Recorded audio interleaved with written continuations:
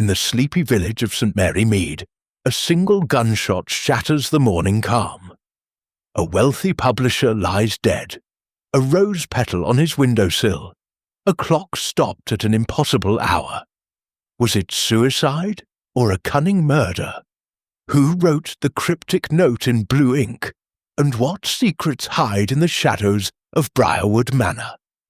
Join Miss Jane Marple, with her unerring eye for human nature, as she unravels a web of lies where everyone is a suspect, and the truth is more shocking than you dare imagine. Chapter 1. The Whispers of St. Mary Mead. In the drowsy village of St. Mary Mead, where the hedgerows bloomed with the last of summer's roses, and the church clock chimed with unhurried precision, life moved at a pace that suited its inhabitants. The cottages, with their thatched roofs and ivy-clad walls, seemed to doze under the September sun, and the villagers went about their routines with the quiet assurance of those who believed nothing ever truly changed. Yet beneath this serene surface, whispers stirred, whispers of secrets, of grudges held like heirlooms, and of a scandal that had begun to ripple through the tea-rooms and parlours. Miss Jane Marple, seated by her window in her modest cottage on High Street, observed the world with her customary keenness. Her knitting needles clicked rhythmically, a soft counterpoint to the chatter of sparrows outside.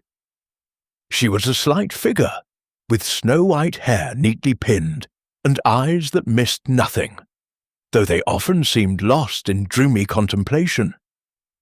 To the casual observer, she was merely an elderly spinster, fond of her garden and her needlework. But those who knew her understood that Miss Marple's mind was as sharp as her pruning shears, and her understanding of human nature was unrivalled.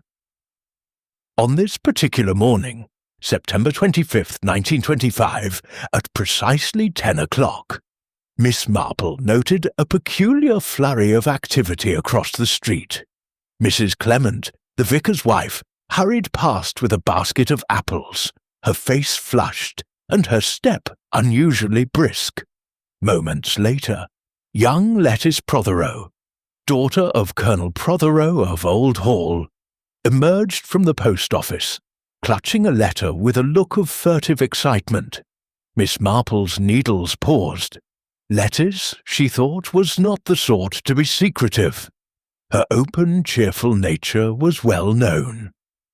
Yet there was something in the girl's hurried glance that suggested unease. The village had been abuzz for weeks with talk of the new tenant at Briarwood Manor, a sprawling estate on the edge of St. Mary Mead. Mr. Lionel Ashby, a retired publisher from London, had taken up residence with his young wife Clara and a small retinue of staff. The Ashbys were strangers, and strangers in St. Mary Mead were always a topic of interest. Mr. Ashby was said to be wealthy but reserved, with a penchant for rare books and a temper that flared when crossed.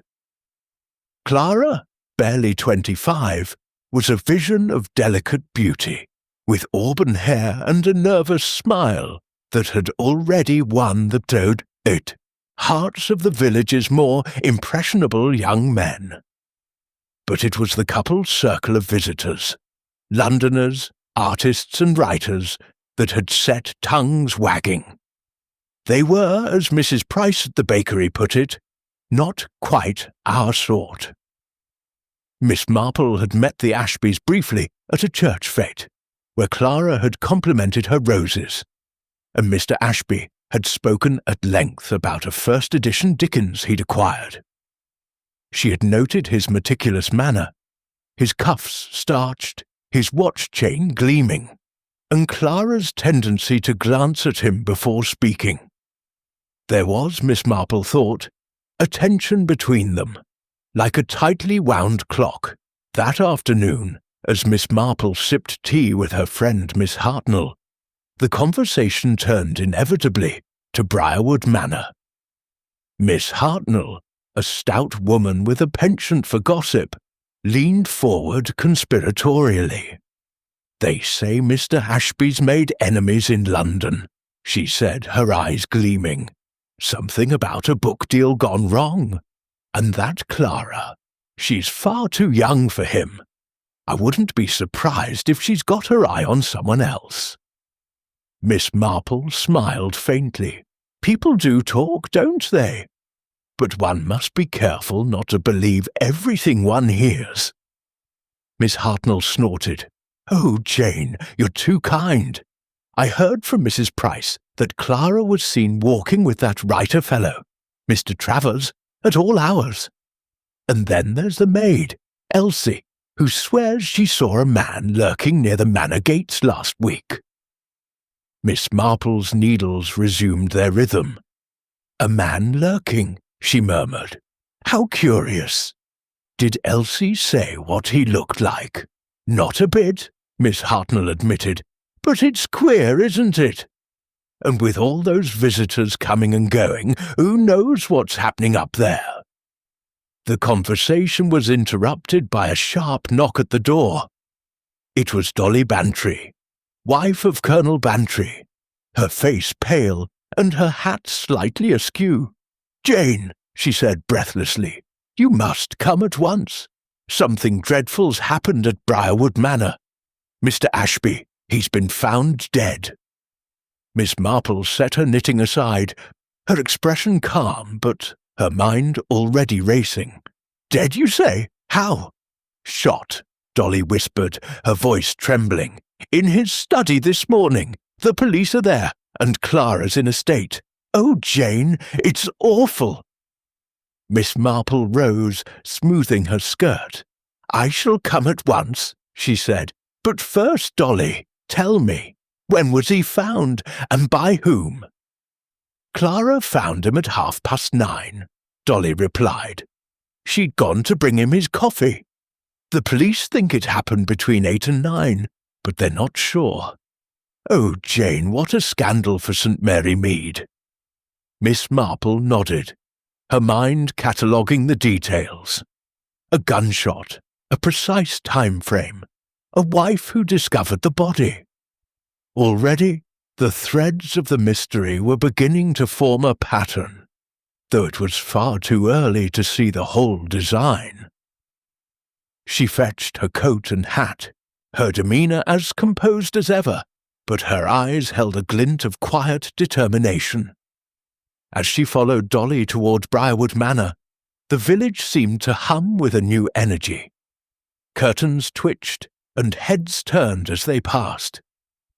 St. Mary Mead, it seemed, was no longer quite so sleepy, and Miss Jane Marple, with her unassuming air and her knack for noticing what others missed, was about to unravel a mystery that would shake the village to its core. Chapter 2. The Scene of the Crime. The walk to Briarwood Manor was brisk, with the September air carrying a hint of autumn's chill. Miss Jane Marple, her arm linked with Dolly Bantry's, moved with a steady purpose, her eyes taking in every detail of the village as they passed. The cobblestone path wound past the churchyard, where gravestones leaned like old friends sharing secrets, and up the gentle slope to the manor's iron gates. The gates stood ajar, an unusual lapse for a household as orderly as Mr. Ashby's was reputed to be. Miss Marple noted it, filing the observation away as she and Dolly stepped onto the gravel drive. Briarwood Manor loomed ahead, its Georgian facade imposing yet elegant, with tall windows reflecting the late morning sun. The house was surrounded by manicured lawns and a rose garden that rivaled Miss Marple's own. But today the tranquillity was shattered. A police constable stood at the front door, his notebook in hand, while a small crowd of villagers hovered at a respectful distance, their whispers rising like the hum of bees. Inside, the hall was cool and dim, its polished oak floors gleaming under a chandelier. Inspector Craddock, a young man with a serious demeanour, greeted them. Miss Marple knew him from previous cases in St. Mary Mead. He was competent, if sometimes too quick to trust appearances. "Mrs. Bantry, Miss Marple," he said, nodding. "I'm afraid it's a grim business. Mr. Ashby was shot in his study. We're still piecing things together." "May I see the study?" Miss Marple asked, her voice gentle but firm. Craddock hesitated, then nodded. "You've a sharp eye, Miss Marple, but please don't touch anything." The study was a handsome room, lined with bookshelves that stretched to the ceiling. A heavy mahogany desk dominated the centre, its surface cluttered with papers, a fountain pen, and an inkstand. Mr. Lionel Ashby lay slumped in his leather chair, his head tilted back. A small dark hole in his temple. Blood had pooled on the desk, staining a letter he'd been writing. A revolver lay on the floor near his right hand, its barrel glinting in the light from a half-open window. Miss Marple's gaze swept the room, noting the details. The window's latch, slightly askew, a single rose petal on the sill, incongruous amidst the chaos. And the clock on the mantel stopped at 8:45. She stepped closer, her eyes lingering on the letter. The ink was still wet, the words trailing off mid-sentence. "My dear Clara, I must insist that you—" The rest was a smear of blood. Clara Ashby sat in the drawing room, a fragile figure wrapped in a shawl despite the warmth. Her auburn hair was dishevelled, and her eyes were red from crying. Beside her sat Mr. Julian Travers, the writer Miss Hartnell had mentioned, his face pale but composed.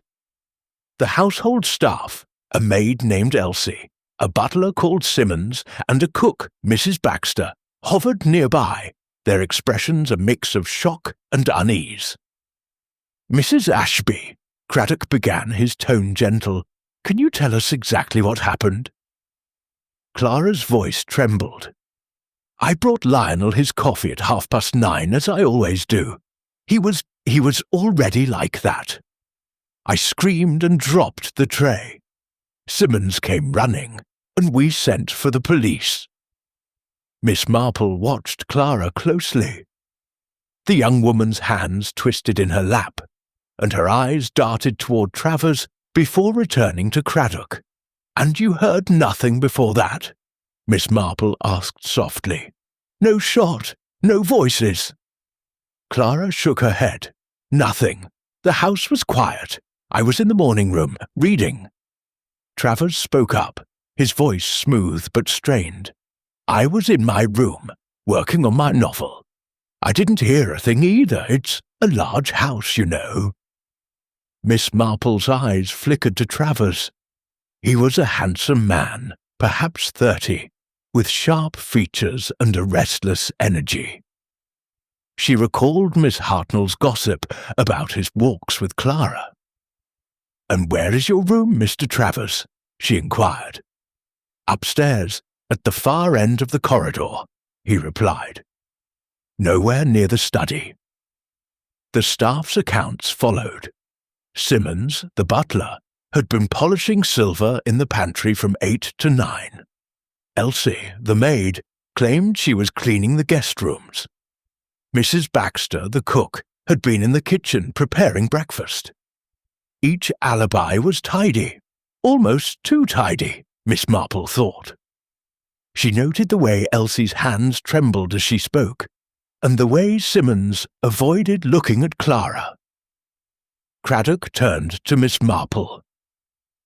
"The doctor estimates the time of death between 8 and 9 this morning. The revolver's a Webley, one of Ashby's own. It looks like suicide, but—" he trailed off, glancing at the window. "But you suspect otherwise," Miss Marple finished. "The window, perhaps." "It was open when you arrived?" "Yes, Craddock admitted. "And that rose petal, it doesn't belong there. The garden's too far for it to blow in naturally." Miss Marple nodded, her mind turning over the details. The stopped clock, the wet ink, the petal, the open window. She thought of the village gossip, of Clara's nervous glances, and of Travis's quick defence. "May I speak with Mrs. Ashby alone for a moment?" she asked. Craddock agreed, and the others filed out. Clara looked up, her eyes wary. "Mrs. Ashby," Miss Marple began, her tone as soothing as a lullaby. "You loved your husband, I'm sure. But marriage is not always easy, is it? If there's anything you wish to tell me, anything at all, I promise it will go no further." Clara's lips parted, then closed. "There's nothing," she whispered. "Lionel would be difficult, but I loved him." Miss Marple smiled, her eyes kind but piercing. "Of course, my dear, but sometimes the smallest detail can help.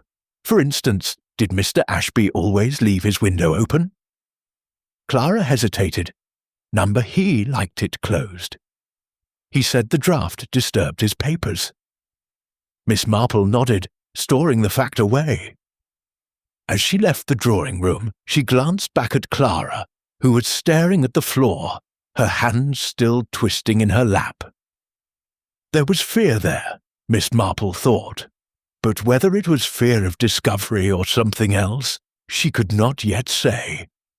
Outside, the villagers had dispersed, but the air was thick with speculation. Dolly Bantry joined her, breathless with excitement. "Jane, what do you think? Suicide? Or murder?" Miss Marple's eyes twinkled faintly. "My dear Dolly, people are rarely as simple as they seem. There is a pattern here, but it is not yet clear. We must observe, and we must listen. The truth, you see, always leaves a trace." As they walked back to the village, Miss Marple's mind was already at work, piecing together the fragments of the morning's tragedy. A stopped clock, a rose petal, a letter unfinished, each was a thread in the tapestry of the crime. And Miss Marple, with her quiet persistence, was determined to follow them all. Chapter 3. The Arrival of Curiosity. The sun had climbed higher over St. Mary Mead, casting long shadows across the village green as Miss Jane Marple returned to her cottage. The news of Mr. Ashby's death had spread like wildfire, and already the air was thick with speculation. Miss Marple, however, preferred the quiet of her parlour, where she could think without the clamour of gossip. She settled into her armchair, her knitting needles resuming their steady rhythm, but her mind was far from idle. The scene in the study at Briarwood Manor lingered. The revolver, the rose petal, the stopped clock, and Clara Ashby's trembling hands. Dolly Bantry, ever eager for details, had insisted on accompanying her home. "Jane," she said, perching on the edge of a chintz-covered chair, "you must have some idea already. Was it suicide, or do you think someone crept in through that window?" Miss Marple's eyes twinkled behind her spectacles. "My dear Dolly, it is far too early to say, but I will tell you this. A man like Mr. Ashby, so precise, so particular, does not strike me as one who would leave a letter unfinished or a clock unwound. These things, they are not in character." Dolly's eyes widened. "You think it's murder, then?" "I think," Miss Marple said carefully, "that we must learn more about Mr. Ashby and those around him. People, you see, are like skeins of wool, tangled until you follow the threads." Their conversation was interrupted by a knock at the chic or école du coeur. It was Inspector Craddock, looking slightly harried. "Miss Marple," he said, removing his hat, "I hope I'm not intruding. I thought you might like to know we've had a development. A witness has come forward, young Lettice Prothero. She says she saw something odd near Briarwood Manor this morning." Miss Marple's needles paused. "Lettice Prothero. How interesting. And what did she see?" Craddock glanced at his notebook. "She was walking her dog near the manor gates at around 8:15. Says she saw a man in a dark coat hurrying away from the estate. She couldn't see his face, but he was carrying something. Possibly a book or a parcel." "A book," Miss Marple murmured, her mind flickering to Mr. Ashby's collection of rare editions. "Did she say where he went?" "Down the lane toward the station," Craddock replied. "We're checking the trains, but it's a vague description. Could be anyone." Miss Marple nodded, her expression serene, but her thoughts racing. Lettice's sighting echoed the gossip Miss Hartnell had shared about a man lurking near the manor. Coincidence, perhaps, but Miss Marple distrusted coincidences. "Might I speak with Lettice myself?" she asked. "She's a bright girl, and sometimes the young notice things we overlook." Craddock agreed, and within the hour, Lettice Prothero sat in Miss Marple's parlour, her golden hair catching the light. She was a lively young woman of 20, with an open manner that bordered on impulsive. "It was awfully strange, Miss Marple," she said, twisting a handkerchief. "I didn't think much of it at the time, but now, with Mr. Ashby dead, well, it gives me the shivers." "Tell me exactly what you saw, my dear," Miss Marple said, her voice soothing. "Every detail, however small." Lettice frowned, concentrating. "It was just after 8. I was walking rusty near the manor gates when I saw this man. He came out of the drive, moving quickly like he didn't want to be seen. He had a dark coat and a hat pulled low. I thought he was carrying a book, but it might have been a box, something flat and rectangular." He glanced back once, then hurried off toward the station. "Did you recognize him at all?" Miss Marple asked. "His walk, perhaps, or the way he held himself?" Lettice shook her head. "No, it was too quick. But, well, I did notice something else. There was a bit of mud on his shoes, bright red, like the clay from the old quarry path. Not many people walk that way. It's so out of the way." Miss Marple's eyes sharpened, though her smile remained gentle. "Red clay. How observant of you, Lettice, and you're quite sure of the time." "Oh, yes," Lettice said. "The church clock struck 8 just as I left home, and it's a 10-minute walk to the manor." After Lettice left, Miss Marple sat in silence, her knitting untouched. The red clay was a curious detail, one that might narrow the field. The quarry path was rarely used, except by those cutting through to the station or the neighbouring village of Much Benham. She thought, too, of the book or parcel. Mr. Ashby's rare editions were valuable. Could one have been stolen? And if so, why? That afternoon, Miss Marple decided to visit Briarwood Manor again, this time to speak with the staff. She arrived to find the household in a state of subdued chaos. Clara Ashby was upstairs, resting under the doctor's orders, while Julian Travers paced the drawing-room, a cigarette in hand. The staff, however, were more accessible. Miss Marple found Elsie, the maid, polishing silver in the pantry. "Elsie," Miss Marple began, her tone conversational, "you must be dreadfully upset. Such a shock finding Mr. Ashby like that." Elsie, a thin girl with nervous eyes, nodded. "Oh, yes, miss. It's awful. I didn't see him, thank goodness. But Mrs. Ashby's scream, I'll never forget it." "You were cleaning the guest rooms, I believe, between 8 and 9, Miss Marple asked. "Yes, miss," Elsie said quickly. "The ones at the back of the house. I didn't hear a thing." Miss Marple smiled. "You're very thorough, I'm sure. Did you happen to notice the study window earlier? Mrs. Ashby said her husband preferred it closed." Elsie hesitated, her cloth pausing on a candlestick. I didn't look, miss, but I did open the guest-room windows to air them out. Maybe one of the others opened the study window." "Perhaps," Miss Marple said, noting the girl's unease. She moved on to Simmons, the butler, who was arranging flowers in the hall. He was a tall, dignified man in his 50s, with a manner as polished as the silver he oversaw.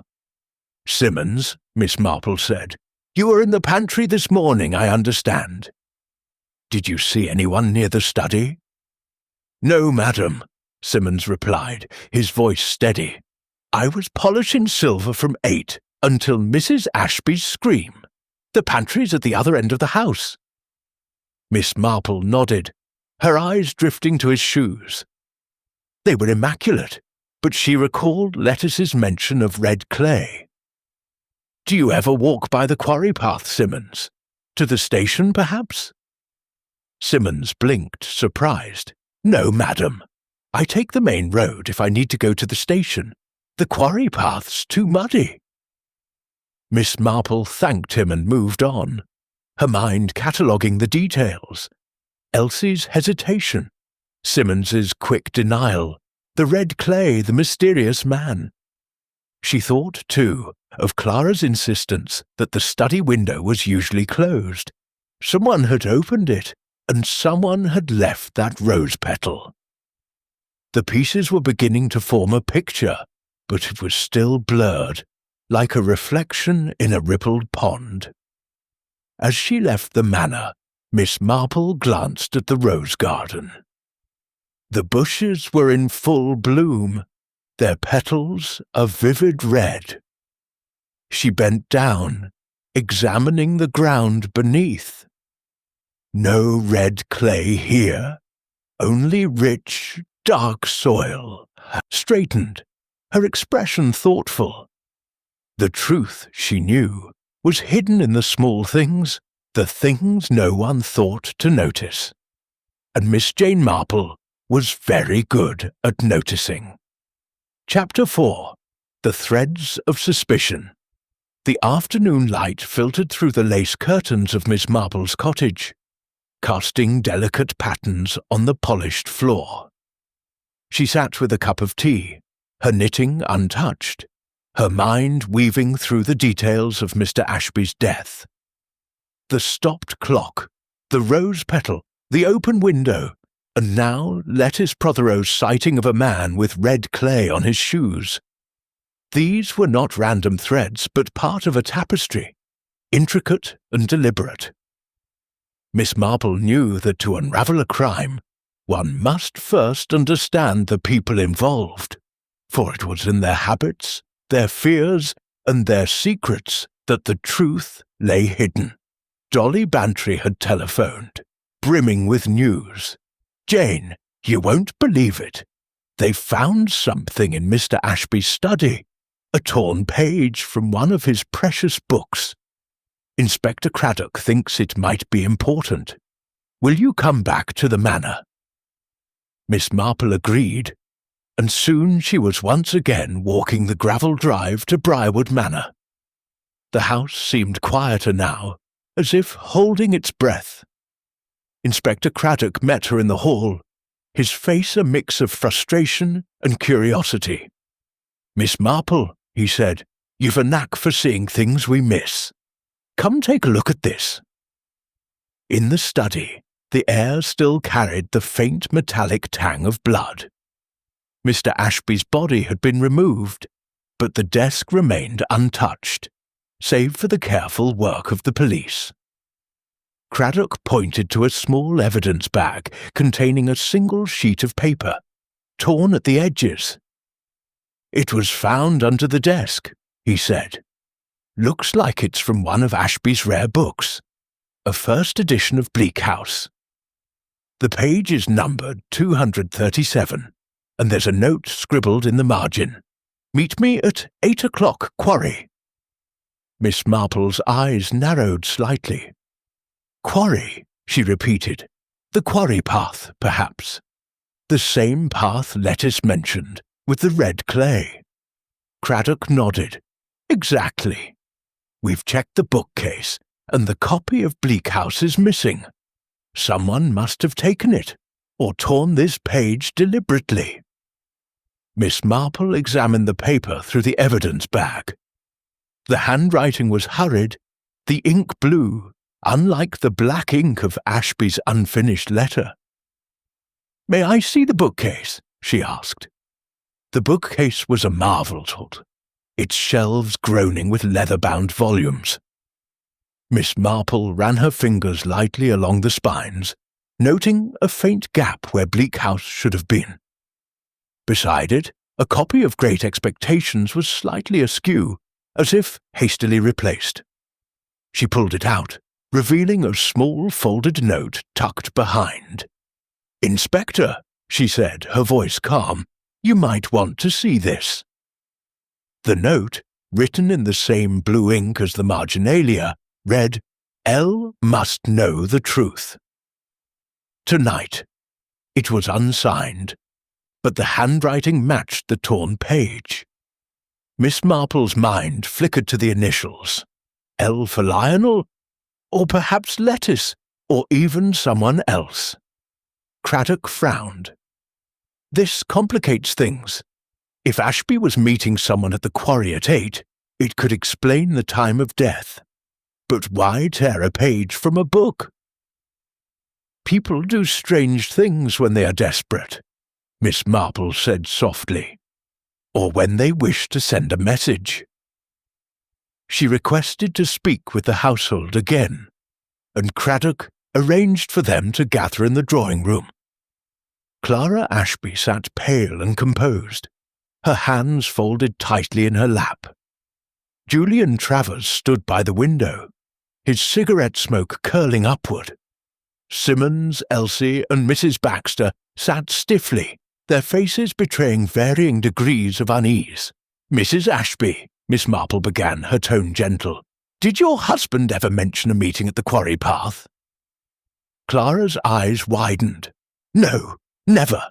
Lionel hated walking anywhere muddy. He was so particular about his clothes." Miss Marple nodded, turning to Travers. "And you, Mr. Travers? You're a writer, I believe. Did Mr. Ashby ever discuss his rare books with you? A first edition of Bleak House, perhaps?" Travers exhaled a plume of smoke, his expression guarded. "He mentioned his collection, yes. He was proud of it. But I don't recall Bleak House specifically. I'm not much for rare books. I write novels, not collect them." Miss Marple's gaze lingered on him, noting the slight tremor in his hand. She turned to the staff. "Elsie, you mentioned airing out the guest rooms. Did you happen to dust the bookcase in the study this morning?" Elsie flushed, her hands twisting her apron.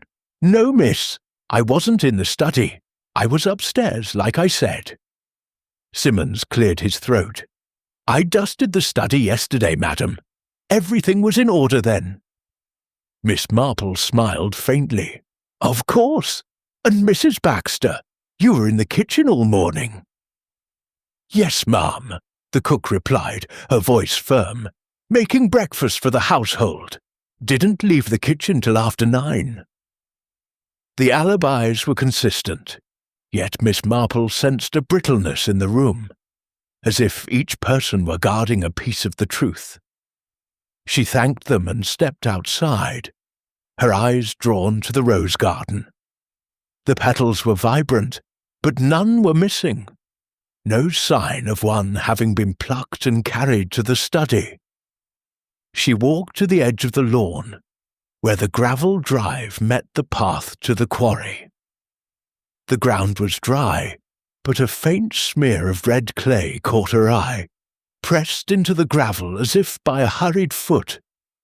Back at her cottage, Miss Marple sat with her tea, her thoughts circling.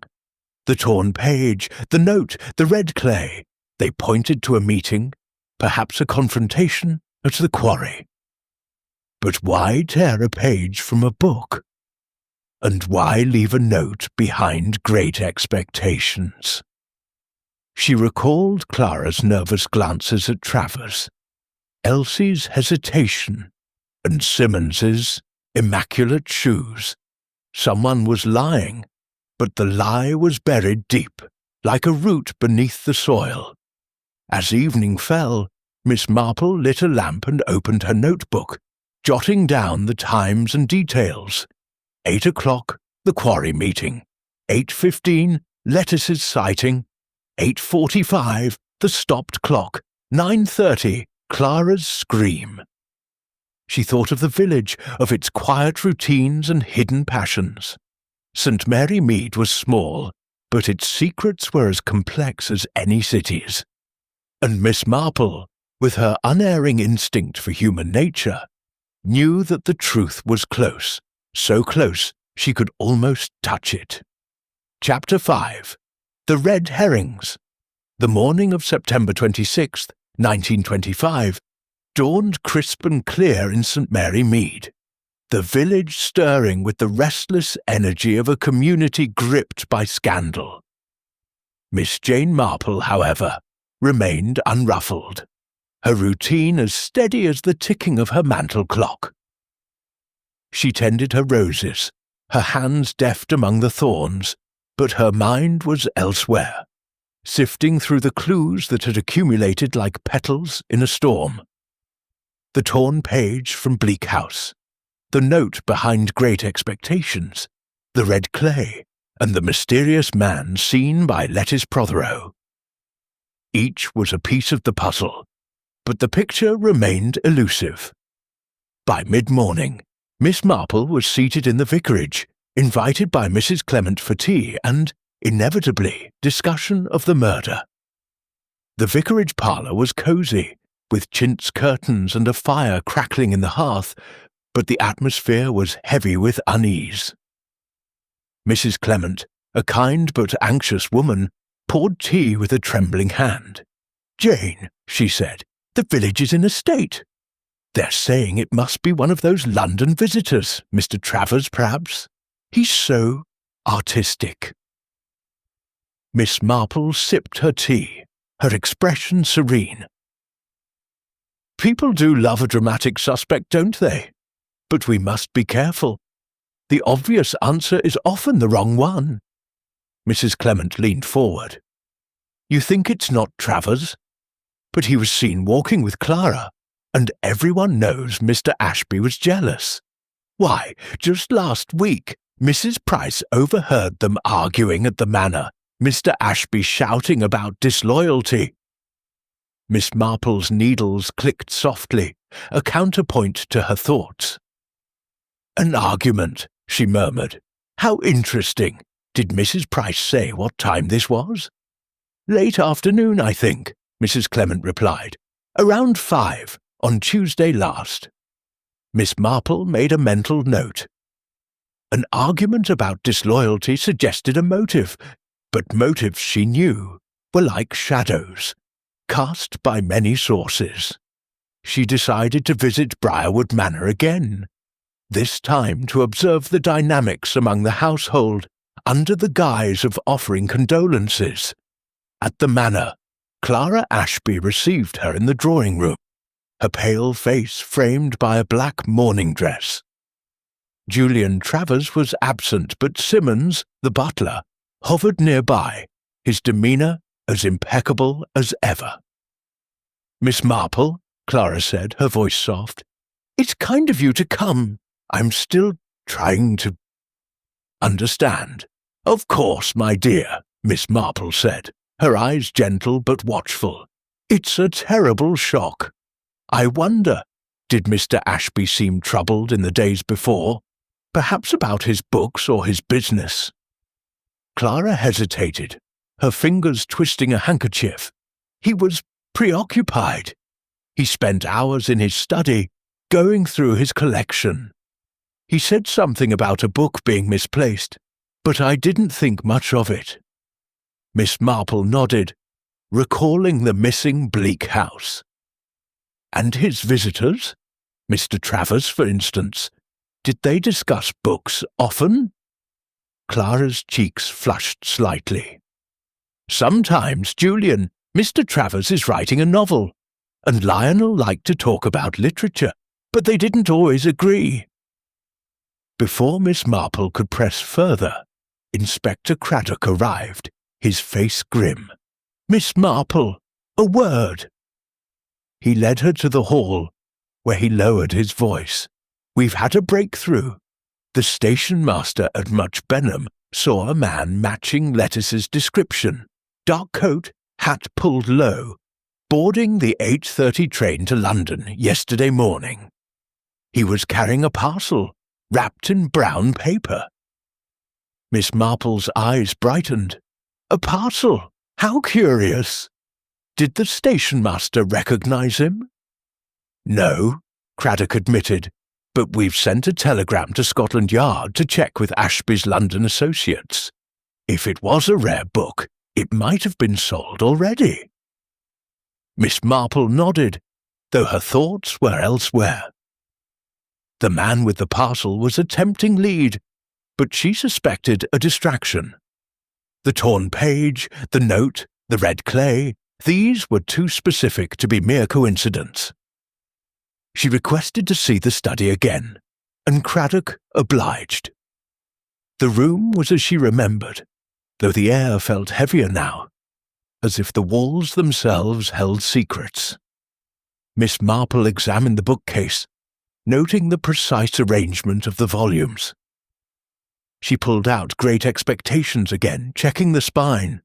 A faint smudge of red clay marked the leather, barely visible unless one looked closely. She turned to Craddock. "Inspector, have you examined the books for fingerprints?" "We have," he said. "Only Ashby's and Simmons's prints so far." Simmons said he dusted the shelves regularly. "Of course," Miss Marple murmured, her mind turning to Simmons's polished shoes and his claim of avoiding the quarry path. She moved to the window, where the rose petal had been found. The sill was clean now, but she noticed a faint scratch near the latch, as if it had been forced. "This window," she said, "was it forced open?" Craddock frowned. "We're not sure. The latch is loose, but it could have been old damage." Miss Marple nodded, filing the detail away. She returned to the drawing-room, where Clara was now joined by Travers, who looked restless. "Miss Marple," he said, "I hope you're not thinking I had anything to do with this." "I was in my room all morning, as I told the inspector." "Of course," Miss Marple said, her tone soothing. "But tell me, Mr. Travers, do you ever walk the quarry path? It's a shortcut to the station, I believe." Travers blinked, caught off guard. "No, I don't. It's too muddy. I take the main road." Miss Marple smiled, noting the echo of Simmons's denial. She thanked Clara and Travers, then stepped outside, her eyes scanning the gravel drive. The smear of red clay was still there, fainter now, but unmistakable. She thought of the village, of its interconnected lives, and of the lies that were beginning to surface like ripples in a pond. Back at her cottage, Miss Marple sat with her notebook, adding new details. The argument about disloyalty, the smudge of clay on the book, the scratched window latch. The man with the parcel was a convenient suspect, but Miss Marple suspected he was a red herring, designed to draw attention from the truth. Someone in the household knew more than they were saying, and the key lay in the small things, the things no one thought to hide. As she knitted, her needles clicking softly, Miss Marple's mind worked tirelessly. The pattern was emerging, but it was delicate, easily broken by a careless tug. She would need to be patient, to watch and listen, for the truth was there, waiting to be uncovered by her quiet, unassuming gaze. Chapter 6. A Clue in Detail. The sun dipped low over St. Mary Mead, casting golden light across the village as Miss Jane Marple sat in her garden, her eyes fixed on a cluster of roses. Their petals, vibrant against the fading day, reminded her of the single petal found on Mr. Ashby's windowsill, a clue that seemed both deliberate and out of place. Her knitting lay idle in her lap, for her mind was too occupied with the threads of the mystery. The torn page, the note, the red clay, the scratched latch, and now the faint smudge on great expectations. Each was a detail, small but significant, like a stitch in a complex pattern. Miss Marple had spent the morning reflecting on the suspects' alibis, each as polished as Simmons's silver, but fraying at the edges. Clara's nervous glances, Travis's quick denials, Elsie's trembling hands, and Simmons's impeccable shoes, they all hinted at secrets, but none yet revealed the whole truth. She decided to return to Briarwood Manor, this time to focus on the study itself, for she suspected the room held more than the police had yet uncovered. Inspector Craddock welcomed her, though his expression betrayed a hint of exasperation. "Miss Marple," he said, "we've combed the study thoroughly, but I suppose another pair of eyes can't hurt. Scotland Yard's looking into Ashby's London contacts, but so far, no trace of that missing Bleak House." Miss Marple nodded, her eyes scanning the study as they entered. The desk was still cluttered, the inkstand and pen untouched since the police had photographed them. She paused by the fireplace, where the clock remained stopped at 8:45. "Inspector," she said, "has anyone examined the clock closely?" "It's unusual for such a precise man to let it stop." Craddock frowned, then called over a constable. Together they lifted the clock from the mantel. Miss Marple peered at it, noting a faint scratch on the brass casing, as if it had been struck. Inside, the mechanism was intact, but the key was missing. "Curious," she murmured. "A clock doesn't stop unless it's unwound or tampered with. And where is the key?" Craddock shook his head. "We haven't found it. Perhaps Ashby forgot to wind it." Miss Marple's lips curved slightly. Mr. Ashby was not a man to forget such things. "No, Inspector, I think someone stopped this clock deliberately to confuse the time of death." She moved to the desk, her eyes falling on the inkstand. The pen lay at an odd angle, as if dropped mid-thought. She leaned closer, noticing a tiny speck of blue ink on the desk's edge, separate from the black ink of Ashby's letter. It matched the blue ink of the note found behind Great Expectations, and the marginalia on the torn page. "Inspector," she said, "this blue ink, has it been tested against the note?" Craddock's eyes widened. "Not yet, but I'll have it done." "You think it's significant?" "Everything is significant," Miss Marple said softly, "until it is proven otherwise." She turned her attention to the window, where the rose petal had been found. The scratch on the latch was faint but unmistakable, suggesting force. She stepped outside, examining the exterior sill. There, caught in a crack, was a thread of dark wool, barely visible against the wood. She plucked it carefully, holding it to the light. "A coat, perhaps," she said, handing it to Craddock. "Dark, like the one Lettice described." Craddock bagged the thread, his expression thoughtful. "This could belong to our mystery man. But why leave a petal? It's almost as if someone wanted us to notice the window." Miss Marple nodded, her mind turning to the rose garden. She walked to the flower beds, where the roses bloomed in orderly rows. She examined each bush, her fingers brushing the petals. Near the edge of the garden, she found a bush with a single stem snapped. as if a flower had been hastily plucked. The ground beneath was disturbed, and there, in the soft earth, was a partial footprint too small for a man's, and marked with a trace of red clay. Back inside, Miss Marple requested to speak with Elsie, the maid, alone.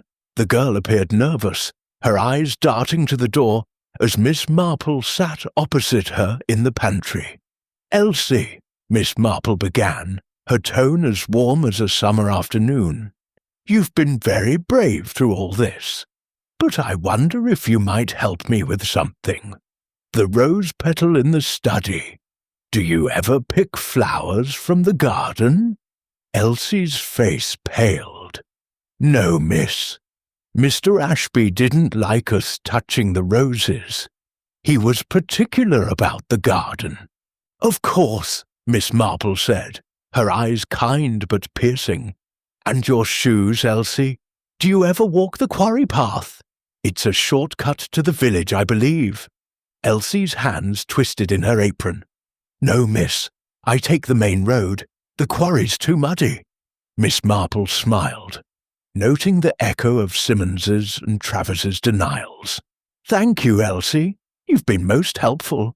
As she left the manor, Miss Marple's thoughts were a whirl of connections.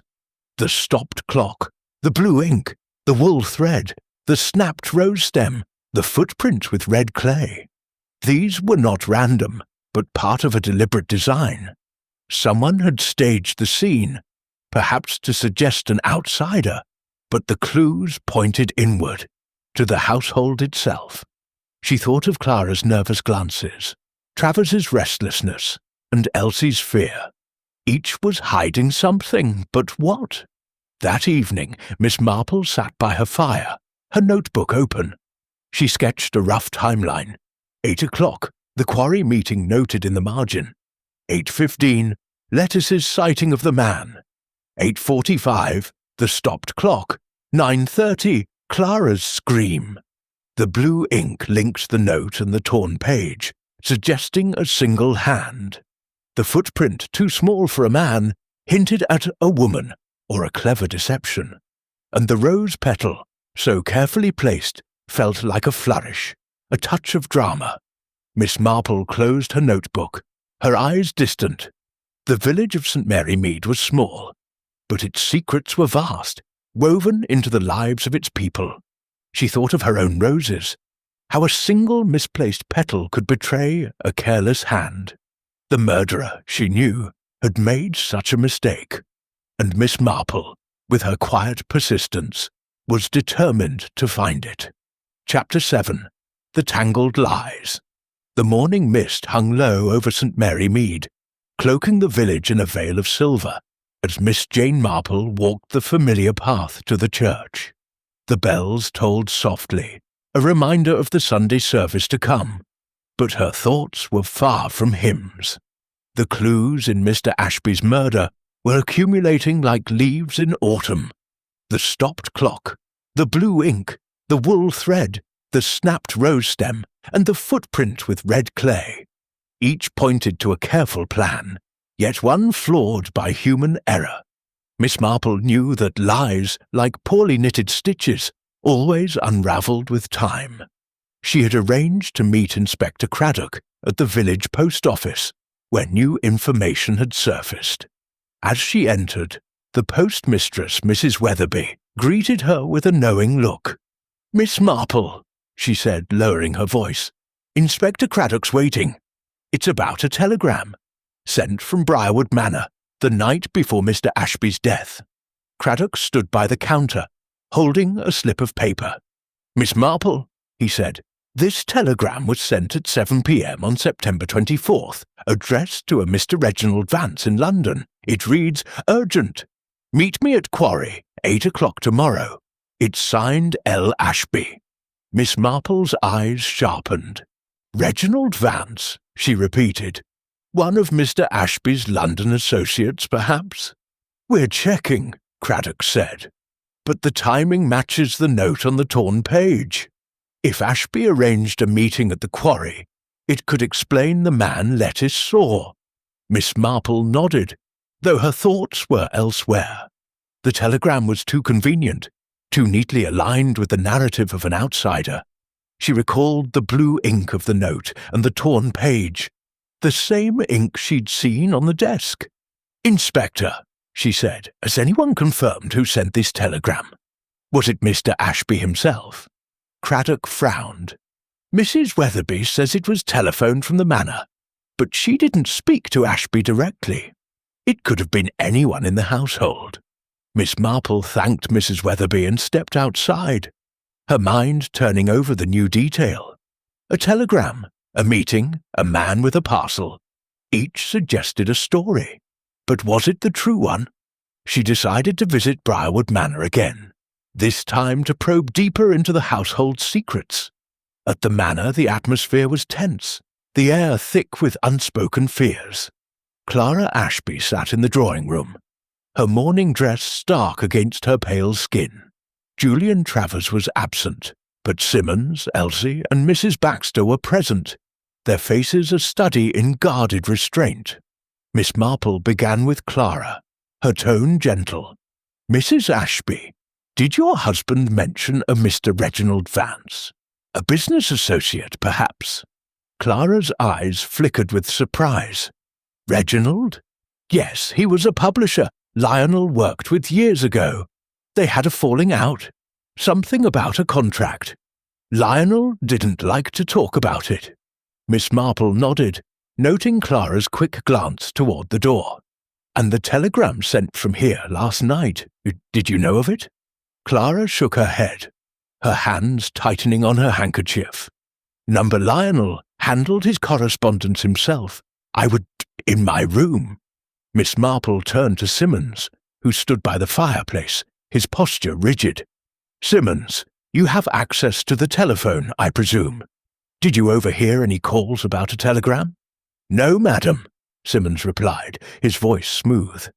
"I was in the pantry most of the evening, preparing for the next day." Miss Marple's eyes drifted to his hands, which were steady, but bore a faint ink stain on one finger. Black, not blue. She smiled faintly. "Of course. And Elsie, you were cleaning yesterday evening, I believe?" Elsie nodded, her eyes darting to Simmons. "Yes, miss. The upstairs rooms. I didn't hear the telephone." Mrs. Baxter, the cook, spoke up unprompted. "I was in the kitchen, Miss Marple. Didn't hear a thing.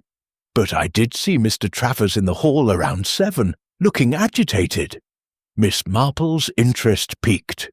"Agitated, you say? Did he say anything?" "No, ma'am," Mrs. Baxter said. "Just paced a bit, then went upstairs." After the interviews, Miss Marple wandered to the study, where the police had left a constable on guard. She examined the telephone, a heavy black model on a side table. The receiver was clean, but beside it lay a notepad with faint impressions, as if someone had pressed hard while writing. She tilted the pad to the light, revealing the ghost of words. "Reginald, Quarry, 8 o'clock." The handwriting was hurried, but it matched the blue ink of the note and torn page. "Inspector," she called softly, "you might want to see this." Craddock joined her, his eyes narrowing as he studied the pad. "This confirms the telegram was written here. But who wrote it? Ashby, or someone posing as him?" Miss Marple's lips curved slightly. "That, Inspector, is the question.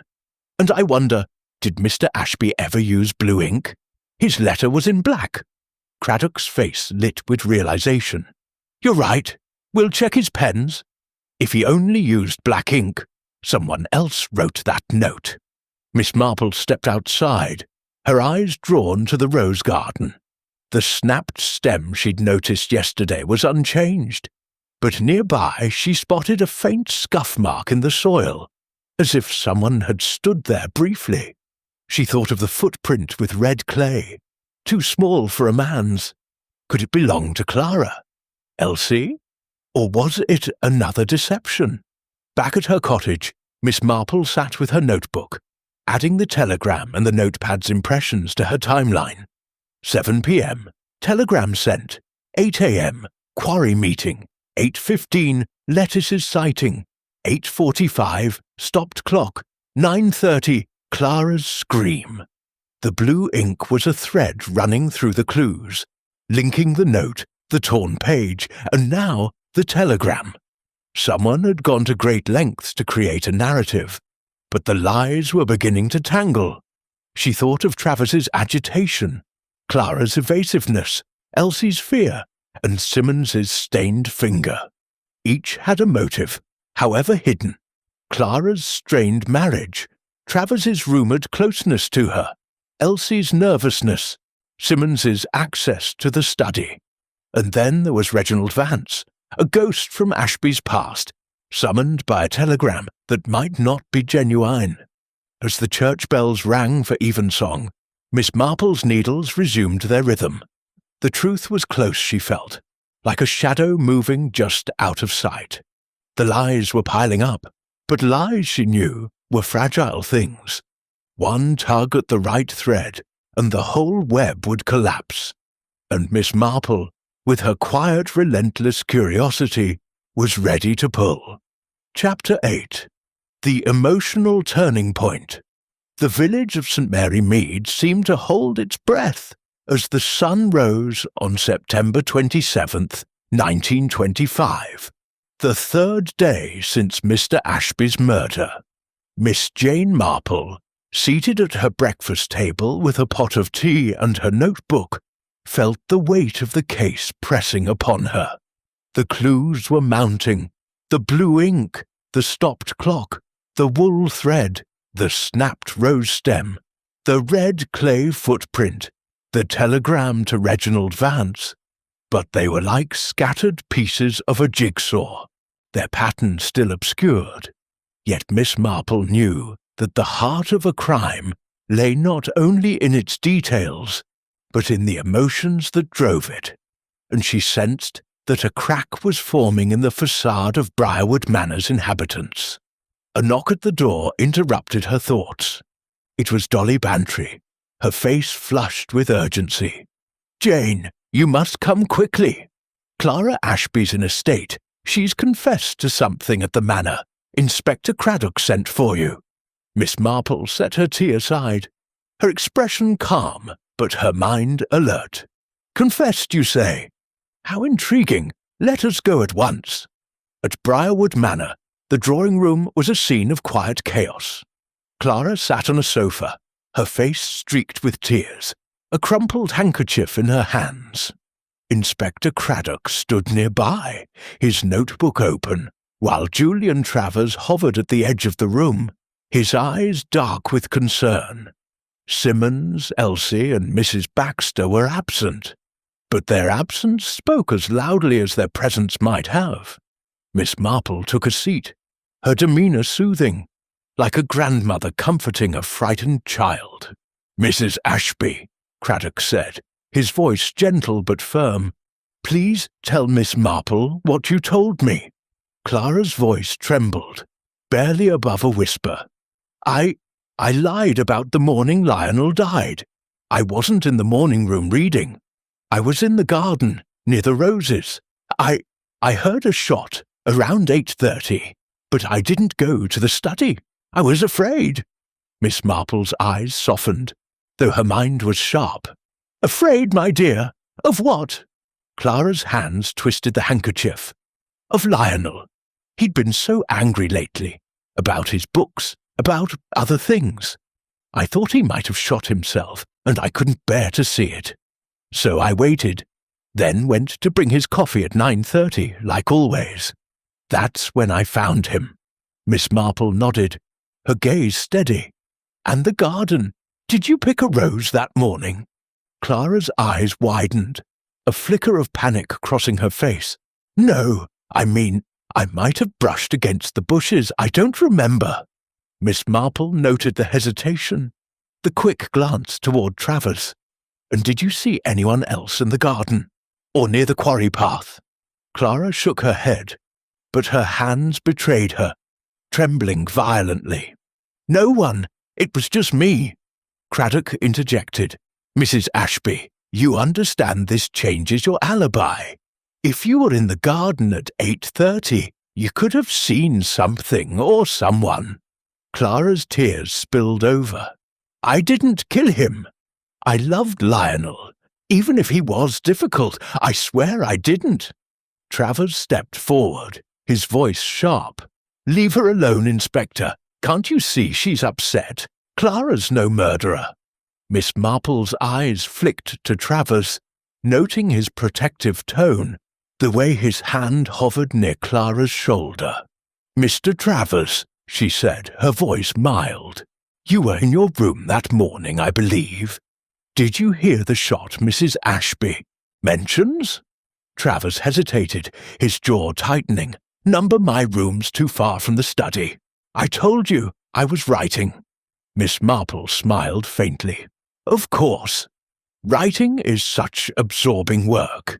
And yet, Mrs. Baxter saw you in the hall the previous evening, looking agitated. Was something troubling you? Travers's face darkened. Nothing important. Just a disagreement with Ashby about my novel. He thought it was too modern. Miss Marple nodded, her mind cataloguing the exchange. Clara's confession, partial though it was, had shifted the landscape of the case. The garden, the shot at 8:30, the rose petal. These were new threads, but they tangled with the old ones. She requested to see the garden again, and Craddock accompanied her. The rose garden was as beautiful as ever, but Miss Marple's eyes were drawn to the snapped stem she'd noticed before. The footprint with red clay was fainter now, softened by dew, but still visible. She knelt, examining the soil. A tiny glint caught her eye, a fragment of glass, no larger than a pinhead, embedded in the earth. She pointed it out to Craddock. Inspector, this glass? Could it be from a broken lens? A spectacle, perhaps? Craddock bagged the fragment, his brow furrowed. Possibly. We'll have it tested. But whose? Miss Marple straightened, her thoughts racing. She recalled Elsie's nervous demeanour, Simmons's stained finger, Travers's agitation, and now Clara's partial confession. The glass fragment was a new clue, suggesting someone who wore spectacles, yet none of the household had mentioned wearing them. She thought of the village, of its quiet observers, and of Lettice Prothero, who had seen the man with the parcel. Could Lettice, with her sharp eyes, have missed something closer to home? Back in the drawing-room, Miss Marple addressed Clara gently. My dear, you've been very brave to tell us this. But is there anything else? A small detail, perhaps, that you've forgotten? Clara's eyes met hers, and for a moment Miss Marple saw a flicker of something. Guilt, fear, or perhaps relief. There's nothing, Clara whispered. I've told you everything. Miss Marple smiled, though her mind was far from satisfied. She thanked Craddock and left the manor, her steps slow but purposeful. At her cottage, she sat with her notebook, adding the new details. 7 p.m, telegram sent. 8 p.m, quarry meeting. 8:15, Lettice's sighting. 8:30, Clara's shot. 8:45, stopped clock. 9:30, Clara's scream. The glass fragment and Clara's confession were pivotal, suggesting a moment of truth amid the lies. As she knitted, her needles clicking softly, Miss Marple thought of the village gossips, of Mrs. Price's tale of Ashby's argument, of Mrs. Baxter's observation of Travers. The emotional weight of Clara's confession had cracked the surface, but the truth lay deeper still. Someone had orchestrated this crime, weaving a web of clues to mislead.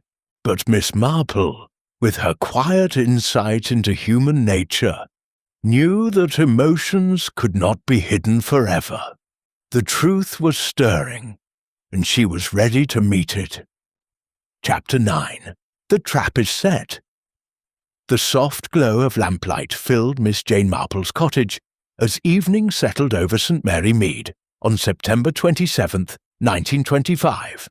The village was abuzz with speculation, but Miss Marple's parlour was a haven of quiet focus.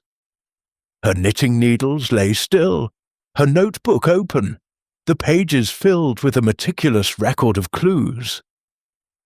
The blue ink, the stopped clock, the wool thread, the snapped rose stem, the red clay footprint, the telegram to Reginald Vance, the glass fragment, and now Clara Ashby's confession of hearing a shot at 8:30. Each detail was a thread in a complex tapestry, and Miss Marple felt the pattern was nearly complete. It was time, she decided, to apply a little pressure, to set a trap that would make the guilty falter. She telephoned Inspector Craddock, her voice calm but purposeful. "Inspector, I believe it would be useful to gather the household at Briarwood Manor tomorrow morning. There are questions still unanswered, and I have a theory that might bring clarity. Shall we say 10 o'clock? Craddock, though accustomed to Miss Marple's unorthodox methods, agreed. "I'll arrange it, but what are you planning, Miss Marple?" "A conversation, Inspector," she replied, her tone mild. "Sometimes the truth reveals itself when people are brought together." The next morning, the drawing-room at Briarwood Manor was a study in tension. Clara Ashby sat pale and drawn, her eyes fixed on her lap. Julian Travers stood by the window, his cigarette burning low, his face a mask of unease. Simmons, Elsie, and Mrs. Baxter sat in a row, their postures rigid as if bracing for a storm.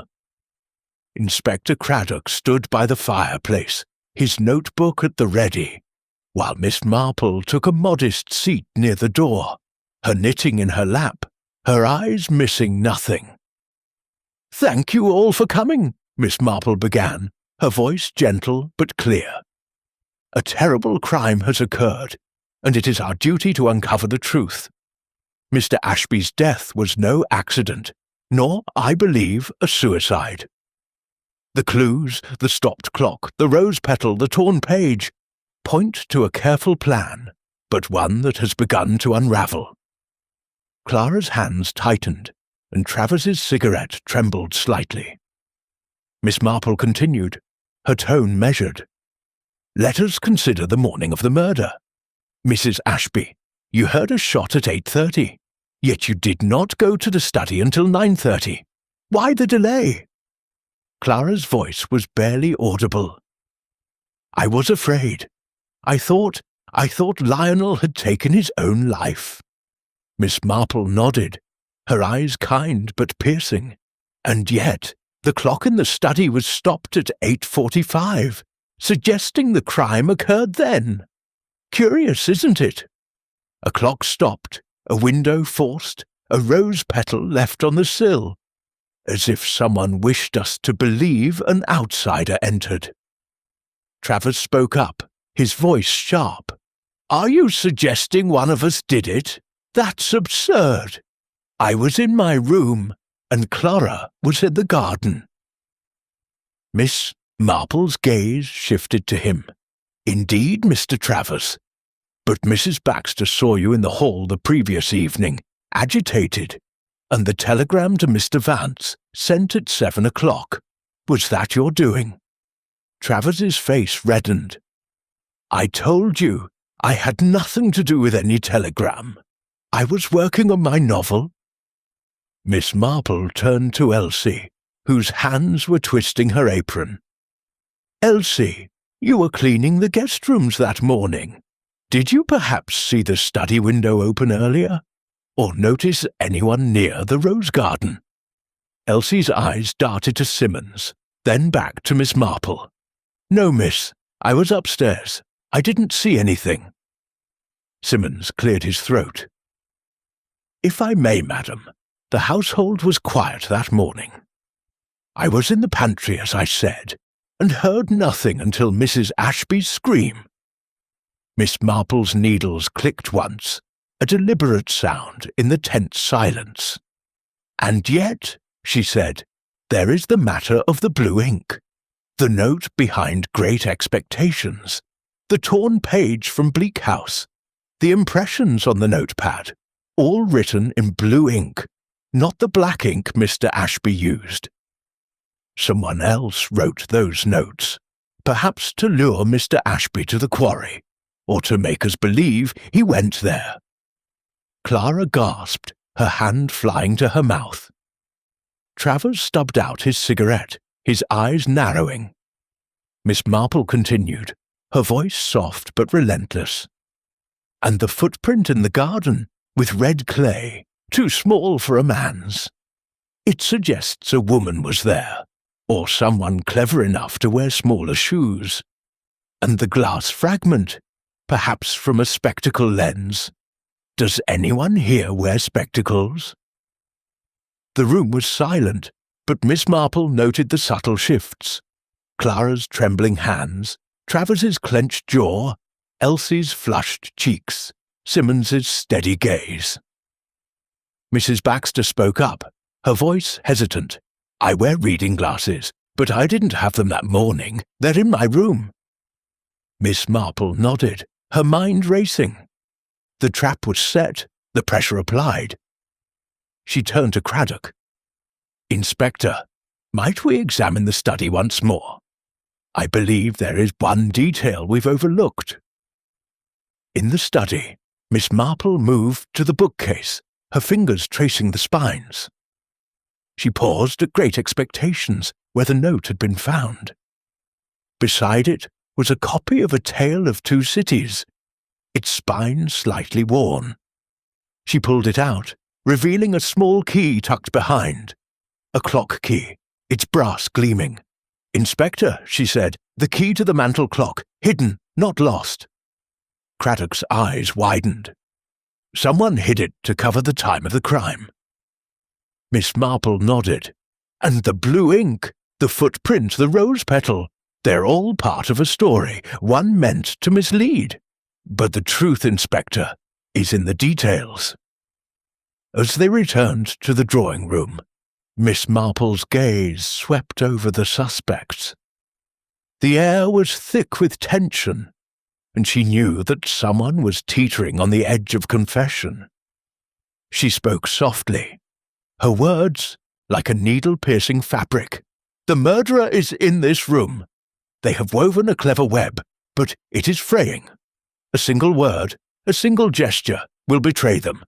Who will speak first?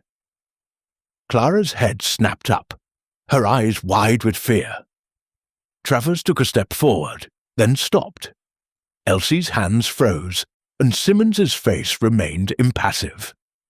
Miss Marple waited, her trap set, knowing that the guilty could not hold their silence forever. Chapter 10. The Reveal. The drawing-room at Briarwood Manor was thick with tension, the air heavy, as if charged with an impending storm.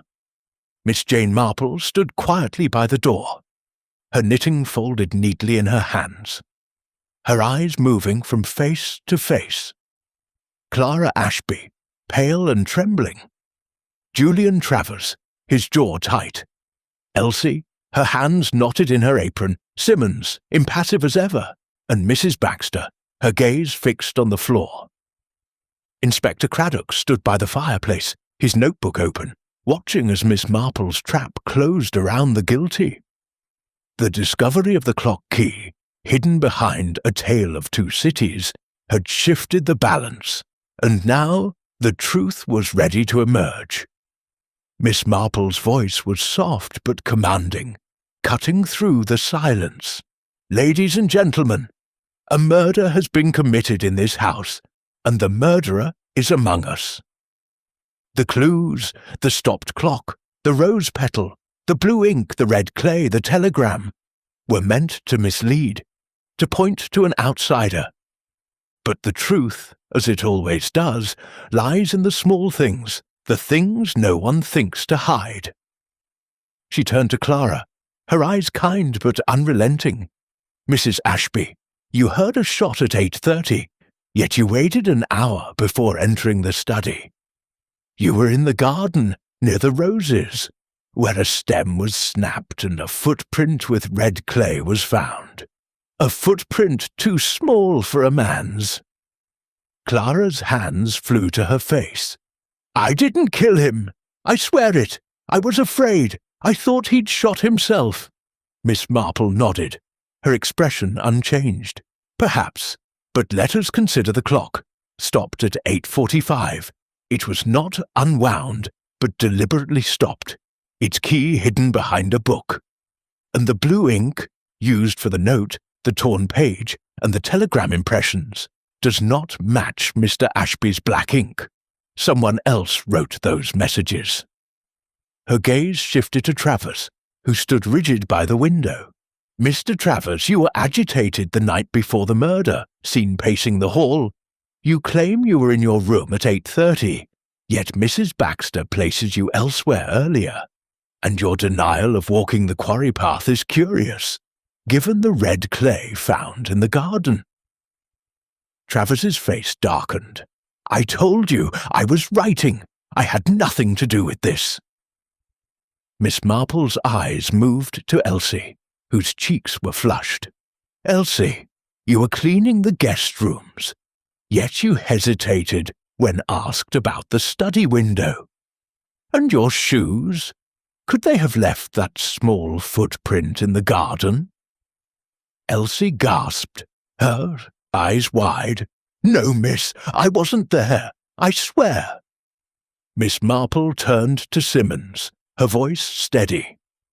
"Simmons, you are meticulous, yet a smudge of black ink on your finger suggests you handled Mr. Ashby's pen, and your claim of avoiding the quarry path is contradicted by the red clay on the book you dusted." Simmons's composure faltered, his eyes flickering.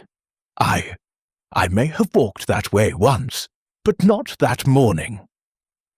Miss Marple paused, letting the silence weigh on the room. Then she spoke, her words deliberate. "The truth is this, Mr. Ashby was not killed by an outsider. The telegram to Reginald Vance, the man with the parcel, the rose petal, all were distractions. The real crime occurred in this house, by someone who knew Mr. Ashby's habits, who could stop the clock, forge a note, and leave a trail of false clues." She stepped forward, her gaze fixed on Elsie. "Elsie, you are young, and fear can make us do desperate things. You were in love with Mr. Ashby, were you not? A secret love, one he did not return. You overheard his arguments with Clara, his harsh words to Travers. You knew of his rare books, his pride. And you were in the garden that morning, weren't you? The footprint, the snapped rose stem, the glass fragment from your reading glasses, broken in a moment of panic." Elsie's face crumpled, a sob escaping her. "No, I didn't. I couldn't." Miss Marple's voice softened, but her eyes held firm. "You wrote the note in blue ink, forging Mr. Ashby's hand to lure him to the quarry. But he never went. You entered the study through the window, which you forced open, leaving the scratch. You shot him, stopped the clock to confuse the time, and left the rose petal to suggest an intruder. The telegram was your final touch, sent to point to Vance." Elsie fell to her knees, tears streaming. "I loved him. He promised me things, said he'd take me to London. But then he laughed, said I was just a maid. I couldn't bear it." Clara gasped, and Travers took a step back, his face pale. Simmons's expression was unreadable, but Mrs. Baxter's hand flew to her mouth. Craddock moved forward, his voice steady. "Elsie, are you confessing to the murder of Lionel Ashby?" Elsie nodded, her sobs choking her words. "I didn't mean to. I just wanted him to love me." Miss Marple sighed, her eyes sad but resolute. "Love, my dear, can be a dangerous thing when it turns to obsession. You planned carefully, but the small things betrayed you. The ink, the footprint, the glass." Craddock signalled to a constable, who gently led Elsie away.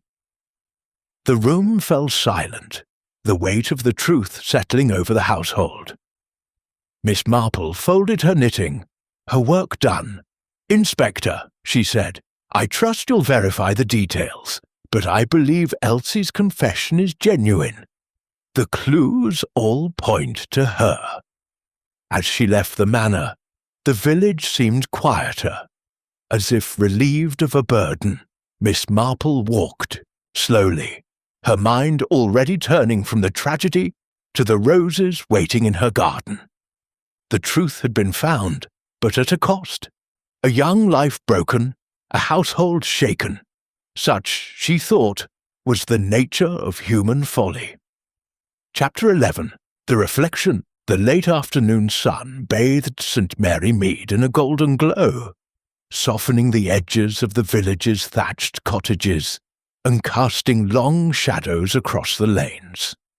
Miss Jane Marple sat in her garden, her knitting needles moving with their familiar rhythm, a soft counterpoint to the distant chime of the church clock. The excitement of Mr. Ashby's murder had begun to settle, replaced by the quiet hum of village life. But the echoes of Elsie's confession still lingered in Miss Marple's mind.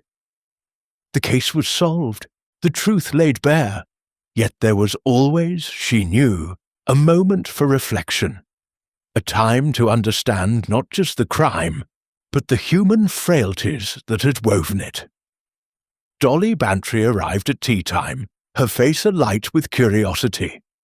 "Jane, you're a marvel," she exclaimed, settling into a wicker chair. "Elsie? Of all people, I'd never have guessed it. How did you know?" Miss Marple smiled, pouring tea with steady hands. "My dear Dolly, it is not so much knowing as seeing. People are like patterns in a tapestry. Each thread tells a story, and when one is out of place, the whole design falters." Dolly leaned forward, her eyes wide. "But the clues, the rose petal, the clock, the ink, how did you piece them together?" Miss Marple set her teacup down, her gaze distant. It began with the small things. The rose petal on the sill was too deliberate, a touch of drama that felt out of character for an intruder. The clock, stopped at 8:45, was not unwound but tampered with, its key hidden to obscure the time of death. And the blue ink, Mr. Ashby used black, yet the note, the torn page, and the telegram impressions were all in blue. Someone else had written them, someone with access to the study. Dolly nodded, enthralled. "And Elsie's footprint, the red clay?" "Exactly," Miss Marple said. "The footprint was too small for a man's, and the red clay linked it to the quarry path.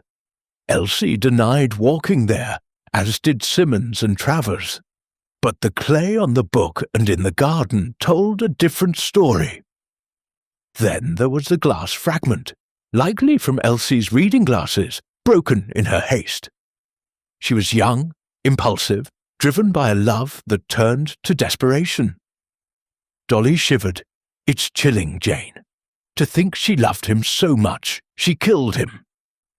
Miss Marple's eyes softened.